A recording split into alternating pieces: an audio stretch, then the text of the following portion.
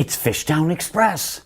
Clang, clang, toink, toink, blang, came the whack of steel on steel, hammer to keel, muscle to skeg, sinew to boat.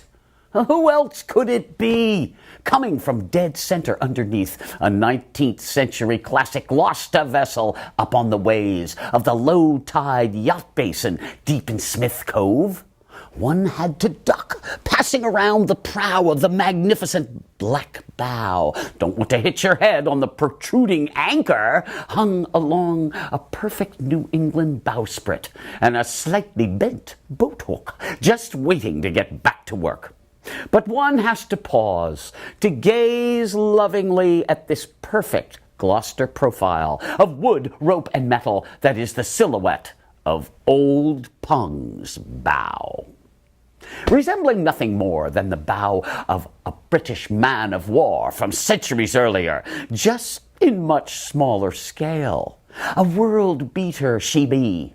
If it be a smaller world, we be a beaten.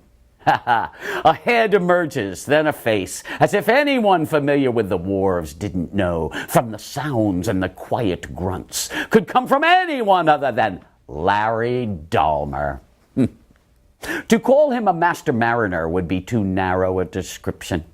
Master woodcrafter, master adapter, master Gloucesterman. Whatever it takes to bend, adapt, reform, shape, hone, squeeze, design, or join. They don't exactly carry parts for boats like his in stores.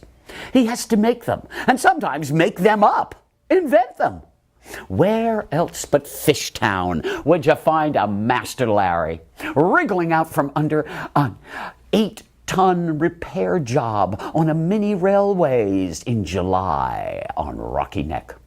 Just got my new keel done, he smiles proudly, rewarding himself with several caresses of the beard. Nice and straight this time.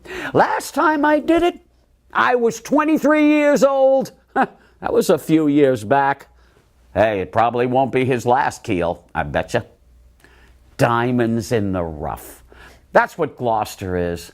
Diamonds in the rough.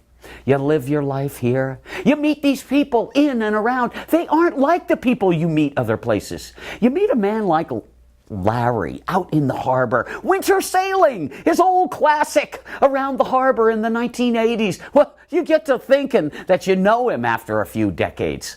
And he's not the only one. But lately, in the past 10 years, he has also revealed himself as a master painter. In fact, he spends far more time these days painting what he sees around him.